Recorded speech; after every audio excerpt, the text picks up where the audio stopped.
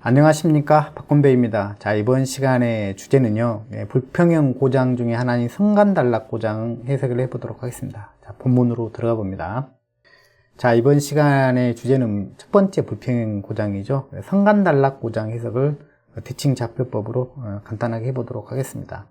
자, 여기서 이제 얻어야 될 것은 뭐냐면 수학적으로 이렇게 전개된다. 그것은 하나도 중요하지 않습니다. 어떻게 등가위를 갖다 그리고 그걸 갖다가 해석한 다음에 어떻게 합성하는지가 가장 중요합니다. 무슨 얘기인지 아시겠죠? 그 결론을 갖다 기억하는 게 가장 중요해요. 수학의 연산만 기억하는 것은 별로 도움이 안 됩니다. 수학의 연산은 어떤 과정 정도로만 봐주시고, 결론은 뭐냐면 성간단락 시 어떤 등가위로가 필요하고 어떤 등가위로가 어떻게 결합되는지를 갖다 기억하는 것이 가장 핵심이다. 그렇게 생각을 하시면 되겠습니다. 자, 먼저요, 성간단락 고장이 이렇게 발생을 했다. 이게 이제 이렇게 발전기가 있죠. 이제 무부하로 운전하는 발전기가 있다고 하고, 그 다음에 이렇게 성간단락이 났다. 두 상이 붙었던 것이죠. 자, 그럴 때 우리가 필요한 것은, 이 결론은 뭐냐면 이 등가위를 어떻게 이제 그릴 것이냐가 중요한 거죠. 어쨌든 간 뭐냐면 불평형 고장이 발생한 거잖아요. A상, B상, C상이 다른 크기의 전류가 흐르는 건 자명한 거잖아요. A상 전류하고 B상, C상 전류가 같을 수는 없잖아요. 그게 불평형이 발생을 했어. 그러면은 어디까지 존재할 것이냐라는 걸 갖다가 이제 우리는 알아야 돼요. 근데 제가 말씀을 드렸듯이 정상부는 무조건 존재한다고 했잖아요. 정상부는 무조건 존재하고 역상부까지는 성간단락시는 존재한다. 이렇게 표현 드렸습니다. 영상부는 옵셔널하다고 제가 말씀드렸던 것입니다. 자, 간단하게 보죠. 자, 기지조건이라고 해서 이제 이런 것들은 여기 한번 해보고 나중에 잊어버려도 돼요. 물론 이제 잊어먹지 말아야 될 분들은 어떤 분이냐면 시험을 봐야 되는 분들, 뭐 기술사 시험을 봐야 된다든지 뭐 기사 시험을 봐야 된다는 분들은 이걸 좀 기억을 하고 있어야 되겠죠. 그렇지만 이제 나중에 이제 실무만 위해서 필요하신 분들은 뭐냐면 요것만 기억하면 돼요. 요것만 기억하면 돼요. 내가 성간단락 해석한다면 여기서부터 시작하면 된다는 거죠. 그래서 제가 결론적인 기억사항은 이거다 라고 제가 말씀을 드리는 겁니다. 요거는 뭐냐면 요거로 가기 전에 어떻게 나왔는지 정도 한 번 정도 보여드리는 거, 그런 과정이라고만 보시면 돼요. 제가 잠깐 엎어줘야 되겠네요. 이렇게 한번 보시면 이제 기지조건을 해보면 성간단락이 났다 그러면 확실한 것은 뭐냐면 A상에는 A상 전류는 이쪽으로는 전류가 안 흐를 거고 대부분 여기로만 흐를 것이다 라는 거. 자, 그 다음에 어쨌든 간 두 상의 전류를 합치면 이게 IB고 IC일 텐데 두 전류는 단상 전류가 돼가지고 방향이 다르기 때문에 두 개 합쳐버리면 0이 될 거 아닙니까? 이게 이제 확실한 기지조건으로 잡아두는 것이죠. 자, 그럴 때 우리가 그 대칭 좌표법 이론에 따르면 이런 불평형이 나왔을 때 우리가 이걸로 분해해서 써볼 수가 있다겠잖아요. 역상분, 영상분, 정상분 이렇게 각각 나눠서 우리가 써볼 수가 있다겠잖아요. 그래서 이제 A상 기준으로 표현하면 A상 기준 표현입니다. 자, 영상분은요, 이 세 개를 갖다 더한 다음에 3분의 1로 나누면 된다겠죠. 자, 확실한 것은 얘건 0이니까 없어지고, 여기 두 개 합쳤을 때 0이니까 0이야. 자, 어쨌든 간 이건 이론적으로 이렇게 보여지긴 했지만, 결론적으로 말씀드리면, 영상분 전류가 존재하지 않다는 건 영상분 회로가 여기서 해석될 필요가 없다는 이야기예요. 그러니까, 즉, 성간단락이 났을 때 영상분이라는 건 존재하지 않는다. 그렇게 생각을 하시면 돼요. 자, 그래서 요거는 이제 영상분이니까 여기 영상분은 여기서 그릴 필요가 없었다. 이걸 제가 결론적으로 기억을 하라고 한 거잖아요. 이거는 이걸 갖다 보여주는 어떤 이론적인 과정이 불과하다. 이렇게 생각하시면 돼요. 자, 그 다음에요.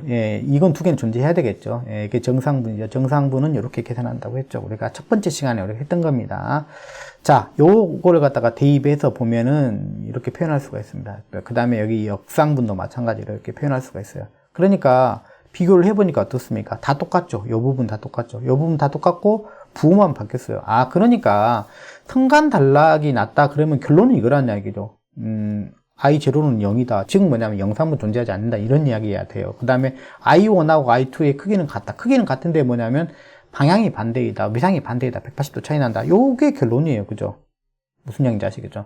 그게 결론이라는 거죠. 자, 이걸 기억하는 게 이 결론을 갖다 기억하는. 근데 이 결론을 갖다 어떻게 기억하냐 그러면 이 회로로 기억한다라고 생각을 하시면 돼요.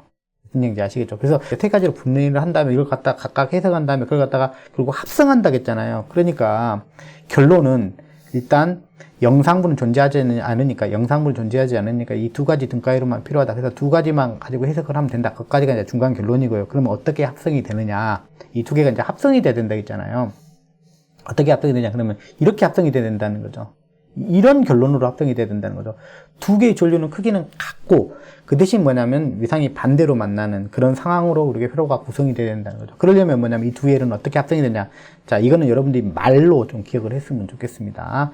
자, 성간 단락이 나면 정상분과 역상분까지만 존재를 하고 그 다음에 뭐냐면 합성될 때 병렬로 합성된다. 병렬로. 자, 병렬로. 자, 합성될 때 직렬로 합성되는 방법이 있고 병렬로 합성되는 방법이 있겠죠. 자, 직렬로 합성된다면 이렇게 합성된다는 이야기가 되겠죠. 직렬로 합성된다면 이렇게 합성되면 직렬로 합성되는 거예요. 플러스 마이너스 이렇게 된다면 플러스 마이너스를 엇갈려서 합성되면 그러니까 직렬로 합성된다는 의미예요. 무슨 얘기인지 아시겠죠? 우리가 뭐 건전지 연결할 때 이렇게 연결하잖아요. 직렬로 연결한다는 의미는 이런 의미잖아요. 플러스 마이너스를 엇갈려서 연결하면 뭐냐면 직렬 연결이고 병렬 연결이면 플러스하고 플러스끼리 연결하고 마이너스하고 마이너스끼리 연결하면 그게 병렬 연결이 되는 거예요. 무슨 얘기인지 아시겠죠? 그래서 이렇게 기억을 합시다. 자, 성간 단락이 났다. 그러면 어떻게 된다고요? 두 가지 등가위로만 놓고 해석을 하면 된다는 뜻이야. 결론적으로 말하면 정상분과 역상분. 그리고 뭐냐면 어떻게 합성된다고요? 병렬로. 자, 병렬로 지금 합성을 이미 해 놓은 거죠. 제가 자, 플러스하고 플러스끼리 연결하고 마이너스하고 마이너스끼리 연결하면 이렇게 병렬 연결이죠. 건전지 이렇게 병렬 연결이 되잖아요. 그죠? 그랬을 때 이게 나타나는 이거 전류가 I1이 이렇게 되죠. 이렇게 반대 방향이 돼. I2랑 반대. 이게 되죠. 이게. 결론적으로 이게 회로로 이렇게 그려졌다. 이렇게 생각하시면 돼요. 이 결과를 갖다 회로적으로 나타난 게 요거다. 이렇게 생각하시면 돼요. 그래서 여러분들이 성간단락이 나타났다. 그러면 여기서부터 해석을 시작하면 된다. 이렇게 생각하시면 돼요. 여기서부터. 자, 요 결과까지가 이걸 나타낸 거니까 우리는 이제 우리가 메모리에 기억할 때는, 머리에 기억할 때는 뭐냐면 요거를 기억하면서 우리가 해석을 갖다 이렇게 시작한다. 거꾸로 이렇게 시작한다. 풀어간다고 생각하시면 돼요. 실전 해석에는 그렇다는 이야기입니다. 자, 요 부분은 뭐 어떤 사람이 필요하다고 시험용으로. 근데 다만 제가 안타까운 건 뭐냐면 대부분 여기까지 기억하고 있지 이걸 모른다면 여기서부터 모르는 게 더 심각하게 생각해요. 실무에서는 여기서부터가 이제 시작인데. 그래서 야, 여기서부터 기억하자. 그러면 이제 이게 결국 이렇게 풀어낼 수가 있죠. 내가 이제 여기를 이제 모른다고 생각을 해봐. 나는 이거는 이제 내 머릿속에 없어. 그러면 여기서부터 뽑아내면 되죠. 자, 정상분과 역상분 두 개의 회로가 존재하고, 그 다음에 이게 병렬로 연결된다고. 병렬까지 연결해놨잖아요. 그러면 병렬로 연결되기 때문에 I1하고 I2는 어떻게 될 수밖에 없어요? 그렇죠? 이렇게 될 수밖에 없죠.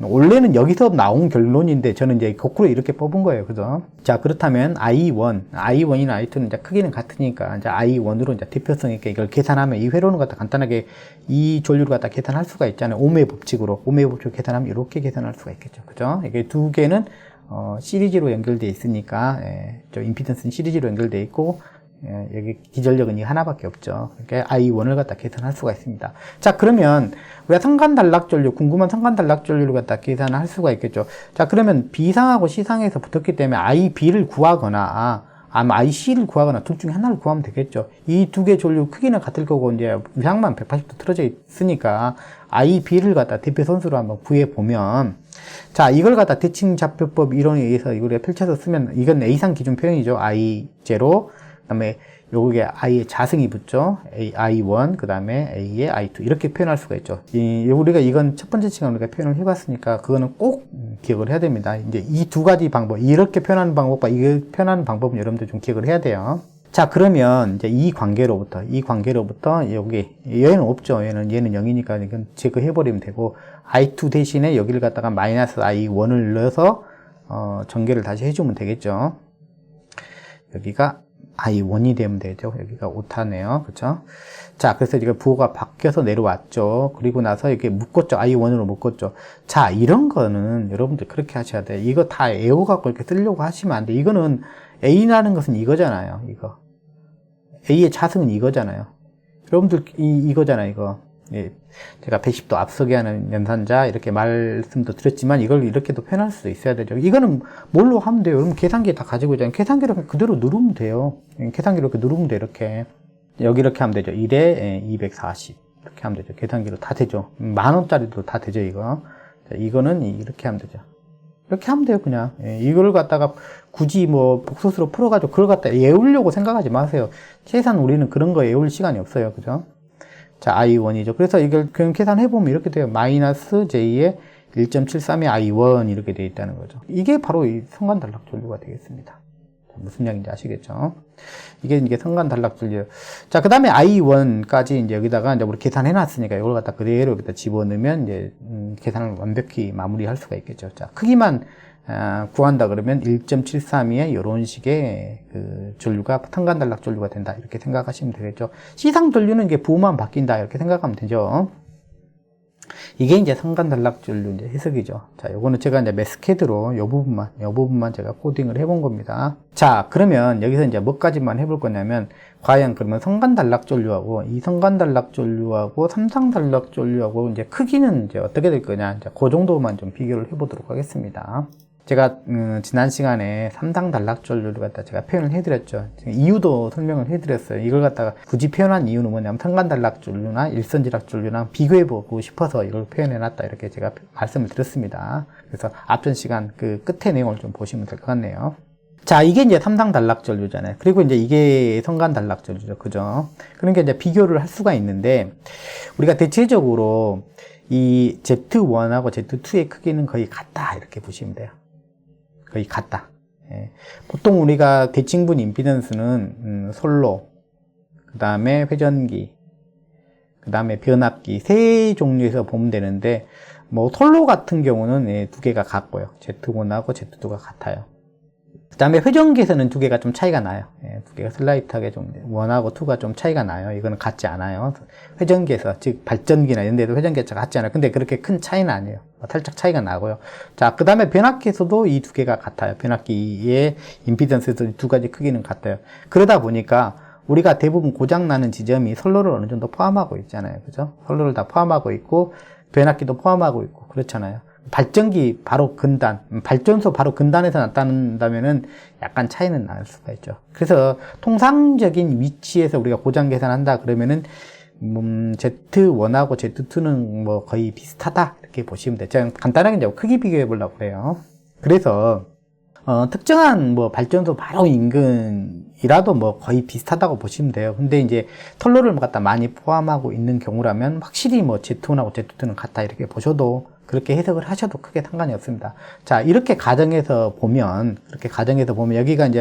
여기가 요게 이렇게 될 거 아니에요. 2Z1 되면은 2하고 1.732가 나누어지게 되면 0.866이 나온다는 거죠. 예, 0.866이 나와요. 그러면은 요거랑 같은 게 비교가 되겠죠. 그렇죠. 그래서 이거에 86.6%가 나온다는 거죠. 자, 그래서 우리가 성간 단락 전류는 잘 계산 안 하고 삼상 단락 전류를 계산한 다음에 그거에 한 86% 수준이다. 이렇게 우리가 바라봅니다. 자, 무슨 얘기인지 아시겠죠? 그래서 성간 단락 전류는 삼상 단락 전류보다 크지는 않는데, 이제 그 수준이 얼마 정도 된다고? 삼상 단락 전류 크기의 한 86% 수준이다. 라고 보시면 좋을 것 같습니다. 자, 이런 것들은 어려운 건 아닌데 기술사 시험 문제도 아주 자주 나오는 그런 문제이기도 하죠. 여러분들이 잘 풀어서 쓸 수 있었으면 좋겠습니다. 시험 볼 때요.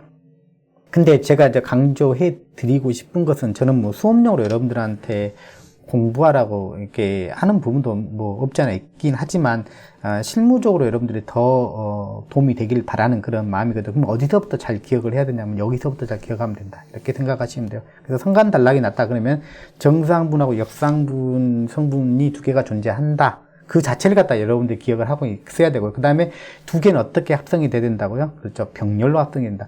우리 결국 합성을 해서 이 불평의 해석의 결과를 갖다 이렇게 내야 된다고 했잖아요. 그래서 이렇게 우리가 결론을 이렇게 몰아가면 된다. 자, 다음 시간에는 이제 뭘 해볼 거냐면은 이 성간 단락이 났을 때 이 건전상의 전압은 어떻게 되고 이 사고상의 전압은 어떻게 될 건지, 이것도 좀 관심사거든요.